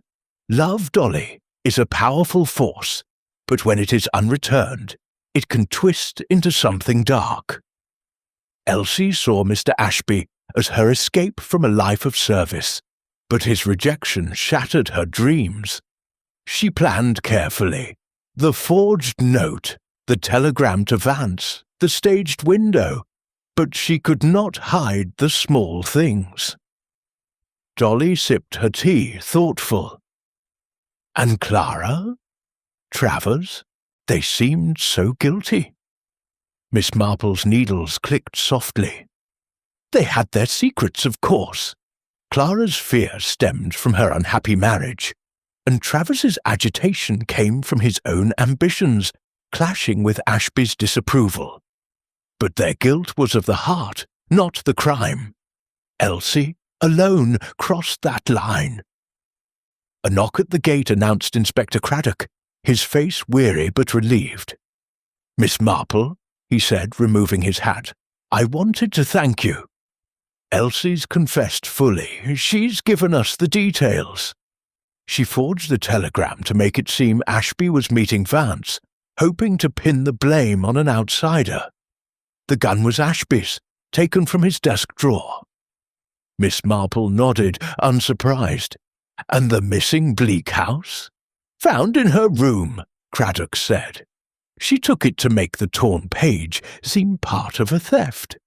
She's admitted to everything. The shot, the clock, the petal. It's a solid case. Miss Marple's eyes twinkled faintly. You've done well, Inspector. But tell me, what of Reginald Vance? Craddock sighed. We reached him in London. He knew nothing of the telegram. Hadn't spoken to Ashby in years. It was all Elsie's invention. Miss Marple set her knitting aside. As I thought. The truth, Inspector, is often simpler than the lies we weave around it. Craddock hesitated, then smiled. You have a gift, Miss Marple. I don't know how you do it, but St. Mary Mead is lucky to have you. As Craddock and Dolly left, Miss Marple returned to her garden, her eyes lingering on her roses. The village would talk of this for weeks, perhaps years, but she took no pride in her role. To her, it was merely a matter of observation, of understanding the patterns of human nature. She thought of Elsie, so young and yet so lost, and of the others, Clara, Travers, Simmons, each carrying their own burdens. The church clock chimed 6, and Miss Marple rose, brushing a petal from her skirt. Life in St. Mary Mead would go on, its rhythms unchanged, but she knew other secrets lay hidden, waiting for the right moment to surface. And Miss Marple, with her quiet wisdom and her unerring eye, would be ready when they did. Chapter 12. The Echoes of Truth.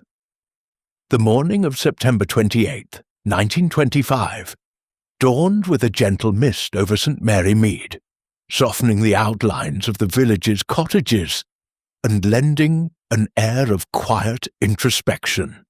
Miss Jane Marple sat at her breakfast table, her tea steaming gently, her notebook open to a fresh page. The resolution of Mr. Ashby's murder had brought a semblance of peace to the village.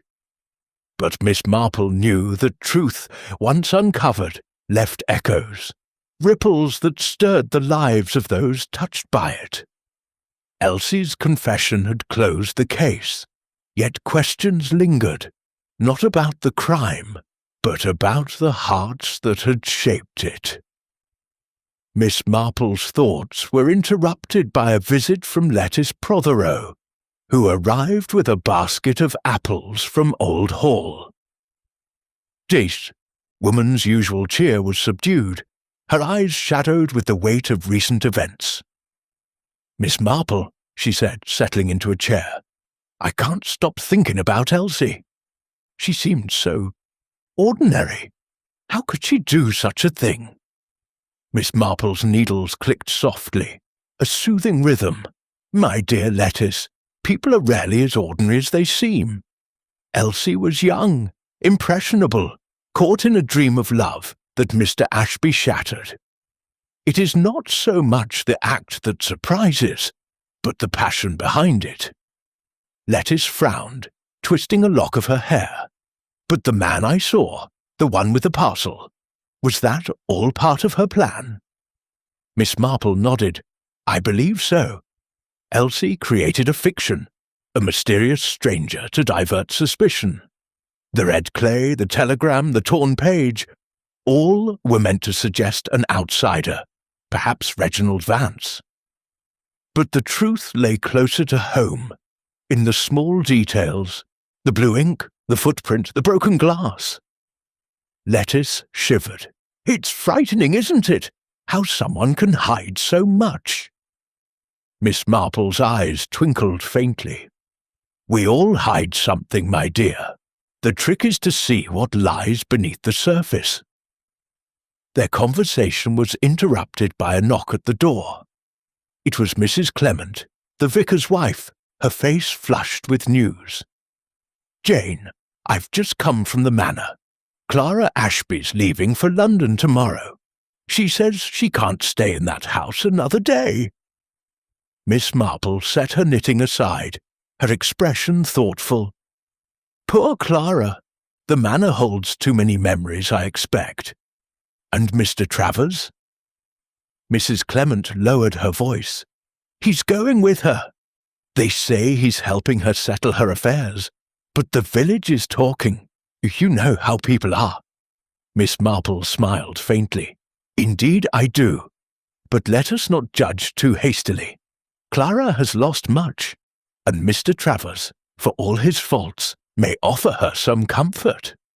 After her visitors left, Miss Marple decided to take a walk to Briarwood Manor, drawn by a need to see the place one last time before it changed hands. The gates stood open, and the rose garden was quiet, its blooms beginning to fade with the approach of autumn. She paused by the snapped stem, now wilted, and thought of Elsie's desperate act.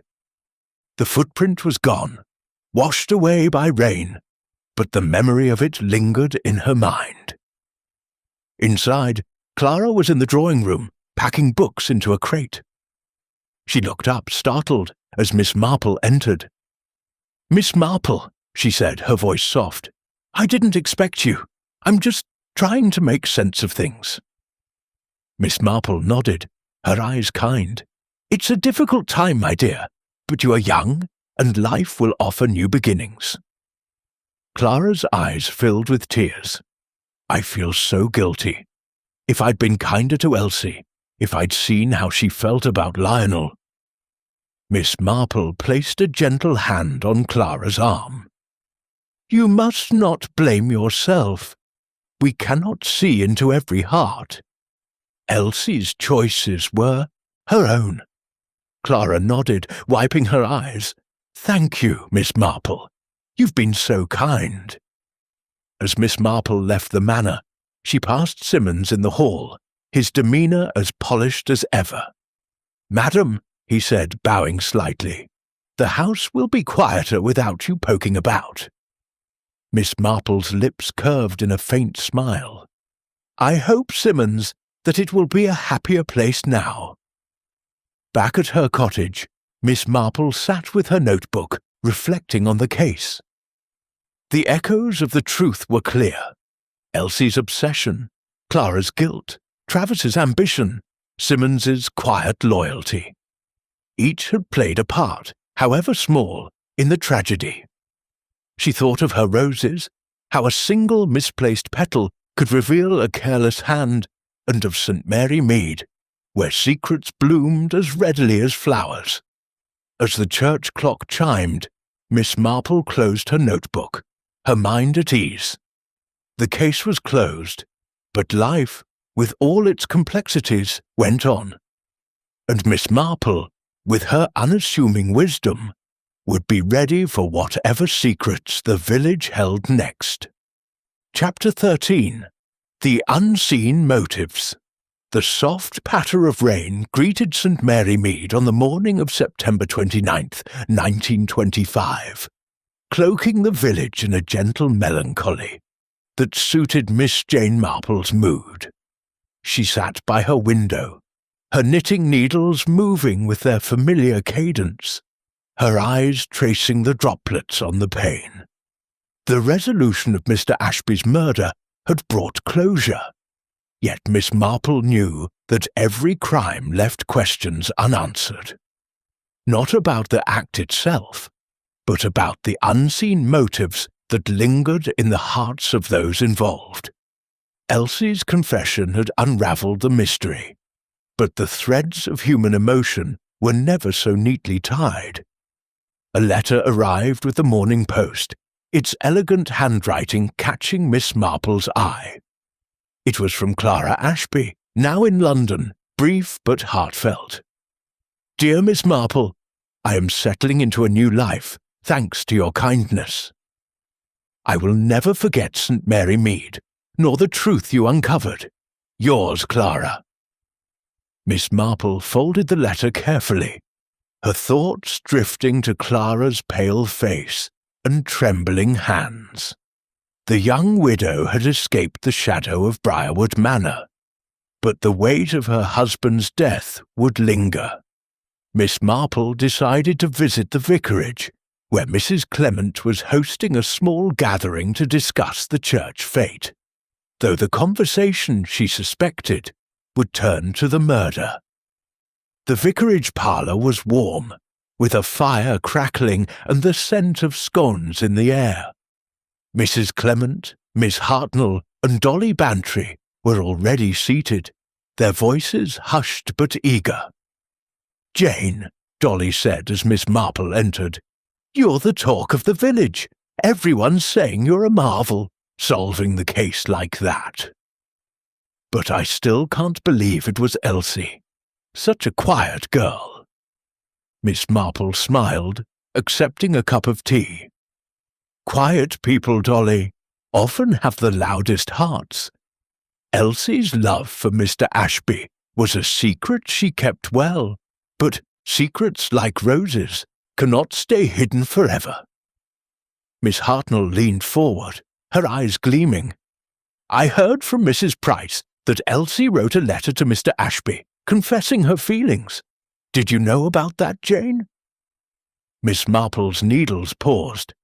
"A letter? No, I hadn't heard. But it fits, doesn't it? A young girl, dreaming of a life beyond service, pouring her heart out only to be rejected. Such a wound can drive one to desperate acts." Mrs. Clement nodded, her face troubled. "Poor Elsie. I saw her at church sometimes, always so meek. I wish we'd noticed her pain." Miss Marple's eyes softened. "We cannot see everything, my dear, but we can learn from it. Elsie's motive was love, twisted by rejection. Others in the household had their own motives, less deadly perhaps, but no less real." Dolly frowned. "You mean Clara and Travers? The village is buzzing about them. They're in London together, you know." Miss Marple sipped her tea, her expression serene. Clara sought solace, and Travers offered it. Their motives were not criminal, but human. Grief, ambition, perhaps a touch of guilt. And Simmons, so loyal, yet so guarded. Even he hid something, though it was only his pride. The conversation turned to the fate, but Miss Marple's thoughts remained on the case. She recalled the blue ink, the stopped clock, the rose petal, all carefully placed to mislead, yet betraying Elsie's hand. The red clay, the glass fragment, the forged telegram. Each was a cry for attention, a desperate attempt to rewrite her own story. Miss Marple wondered about the letter Miss Hartnell mentioned. Had it been found? Or was it another village rumour growing like ivy? That afternoon, Miss Marple visited Inspector Craddock at the police station, curious about any final details. He greeted her warmly, his desk cluttered with papers. "Miss Marple," he said, "we've tied up the loose ends. Elsie's trial is set for next month. She's been cooperative, even gave us the letter she wrote to Ashby. It was in her room, hidden in a book." Miss Marple's eyes brightened. "A letter, hidden in a book, how fitting! Did it confirm her feelings?" Craddock nodded. "It was heartbreaking, really. She begged Ashby to take her away, said she'd do anything for him. His rejection must have been cruel." Miss Marple sighed, her mind picturing Elsie's trembling hands. And the Bleak House book, was it recovered fully? "Yes," Craddock said. "It was in her room, as you suspected. She tore the page to make it seem like a theft, but she couldn't part with the book itself. A memento, perhaps." Miss Marple nodded, her thoughts complete. The case was a tapestry of motives. Elsie's love, Clara's fear, Travis's ambition, Simmons's loyalty. Each had shaped the crime, though only one had pulled the trigger. As she left the station, The rain had stopped, and a rainbow arched over the village, fragile but bright. Back at her cottage, Miss Marple sat with her notebook, adding a final entry. Motives, like shadows, shift with the light. Elsie's was the darkest, but all played their part. She closed the book, her heart heavy, but her mind clear.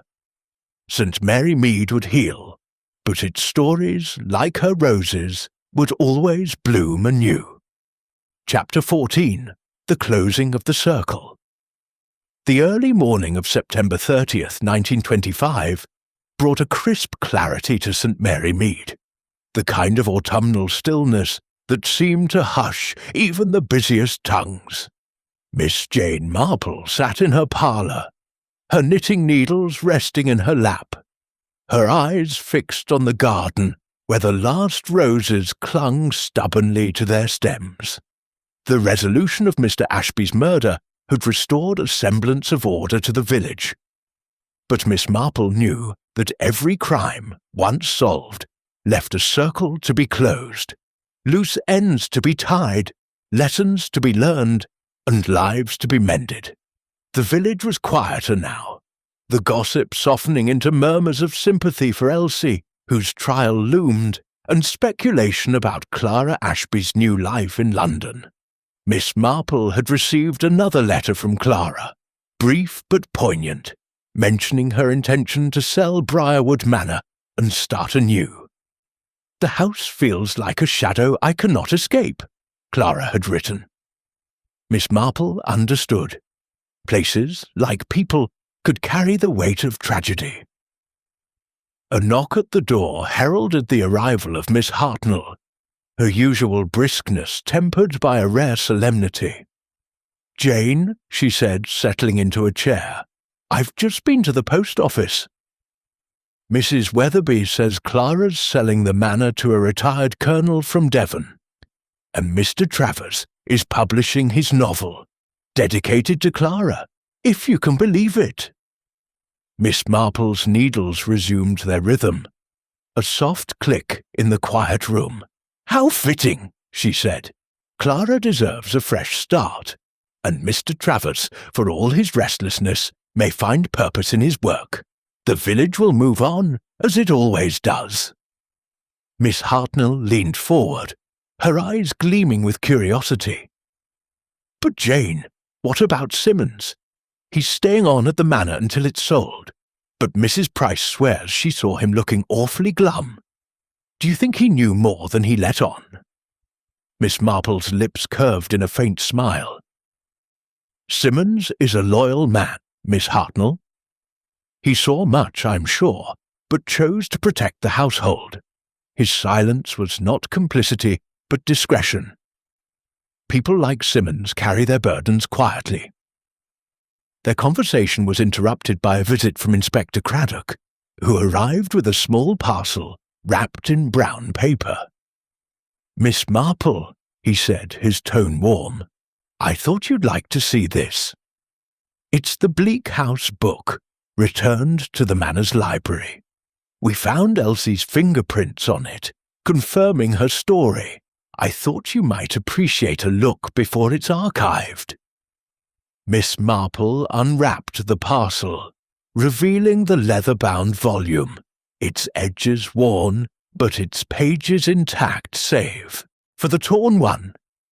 She opened it, her fingers tracing the spine where Elsie had hidden her desperate hopes. "Poor child," she murmured. "She thought this book might hold her future, but it only sealed her fate." Craddock nodded, his face thoughtful. "We've closed the case, thanks to you. The telegram, the rose petal, the clock, it all pointed to Elsie's plan to frame an outsider. But I still wonder about that man Lettice saw. Could he have been real?" Miss Marple's eyes twinkled. "Perhaps, Inspector. Villages are full of comings and goings. But Elsie's confession ties the clues together. The blue ink, the footprint, the glass fragment. The man with the parcel was likely a coincidence, or perhaps someone she paid to create confusion." We may never know." Craddock smiled. "You're right, as always. St. Mary Mead is lucky to have you." As he left, Miss Marple returned to her garden, the parcel tucked under her arm. She thought of the clues that had unravelled the case. The stopped clock at 8:45, the blue ink of the forged note, the red clay footprint, the rose petal, the glass fragment from Elsie's glasses. Each had been a thread, carefully woven by a desperate hand, but undone by Miss Marple's quiet observation. She thought, too, of Clara's fear, Travis's ambition, Simmons's loyalty, each a part of the circle now closing. As she pruned her roses, Miss Marple reflected on the nature of truth. It was not a grand revelation, but a series of small moments, like petals falling one by one. The village would heal, its stories fading into legend, but she knew other secrets waited, hidden in the ordinary lives of St. Mary Mead. And Miss Marple, with her gentle wisdom and her unerring eye, would be there to meet them. Chapter 15. The Quiet Exit. The 1st of October, 1925, brought a gentle warmth to St. Mary Mead, as if autumn had paused to offer one last breath of summer. Miss Jane Marple stood in her garden, her pruning shears snipping carefully at a wayward rose stem, her mind as clear as the morning sky. The resolution of Mr. Ashby's murder had settled over the village like dust after a storm, and the gossip, once feverish, had softened into whispers of lessons learned. Elsie's trial was pending, Clara Ashby had left for London, and Briarwood Manor stood quiet, awaiting its new owner. Yet Miss Marple knew that every story, even one concluded, left a trace, a final note to be played before the curtain fell. She was expecting a visitor, and at precisely 10 o'clock, the gate creaked open to reveal Lettice Prothero, her face brighter than it had been days before. "Miss Marple," Lettice said, holding out a small bouquet of daisies, "I wanted to thank you. Father says you've done the village a great service, solving Mr. Ashby's murder." Miss Marple smiled, accepting the flowers with a nod. "You're very kind, Lettice. But I only did what was needed, looked at the small things, the ones others overlook." Lettice sat on the garden bench, her eyes curious. "I keep thinking about that man I saw, the one with the parcel. Was he really just a coincidence?" Miss Marple's eyes twinkled. "Coincidences, my dear, are rare in a village like ours. I suspect he was a deliveryman, perhaps, or someone Elsie paid to create confusion." The red clay on his shoes matched her plan to point us toward the quarry path. But the truth lay elsewhere, in the blue ink, the stopped clock, the rose petal. Lettice shivered. "It's so strange, isn't it, how someone like Elsie could do something so awful." Miss Marple's needles, resumed from her basket, clicked softly. "People are complex, Lettice. Elsie's heart was broken, and broken hearts can lead to desperate acts. But we must not judge too harshly. We all have our weaknesses." Their conversation was interrupted by the arrival of Dolly Bantry, her hat slightly askew in her haste. "Jane," she exclaimed, "I've just heard from Mrs. Weatherby. Clara's engaged to Mr. Travers. They're to be married in London next month. Can you believe it?" Miss Marple's lips curved faintly. "I'm not surprised, Dolly. Clara needed someone to lean on, and Mr. Travers, for all his faults, has a kind heart beneath his ambition. They may find happiness yet." Dolly settled into a chair, her eyes gleaming. "And Simmons is staying on at the manor until the new owner arrives? He's been so quiet. but Mrs. Price says he's planning to retire to the seaside." Miss Marple nodded, her thoughts drifting to Simmons's steady presence, his ink-stained finger, his unspoken loyalty. "Simmons has served well," she said. "He saw more than he said. But that is his way. The village will miss him." As Dolly and Lettice chatted about the upcoming church fete, Miss Marple's mind wandered back to the case. The clues had been her guide. The blue ink of Elsie's forged note, the clock stopped at 8:45, the rose petal on the sill, the red clay footprint, the glass fragment from her broken glasses. Each had told a story, and together they had revealed Elsie's desperate plan to frame an outsider. The telegram to Reginald Vance, the torn page from Bleak House, all were distractions, but they could not hide the truth from Miss Marple's quiet scrutiny. After her visitors left, Miss Marple walked to the churchyard, where the roses along the path were beginning to fade. She paused by a bench, her eyes resting on the gravestones, their inscriptions worn but enduring. She thought of Elsie, awaiting her fate, and of Clara, starting anew. She thought of Saint, Mary Mead, with its interwoven lives and hidden secrets, and of her own role as its quiet observer. As the church clock chimed noon, Miss Marple turned toward home, her steps light, but purposeful. The case was closed, the circle complete, but she knew the village held other stories, waiting to unfold. She would be there, with her knitting and her keen eyes, ready to unravel them when the time came. For now, she was content to return to her roses, to the simple beauty of a life well lived, and to the peace of a mystery solved.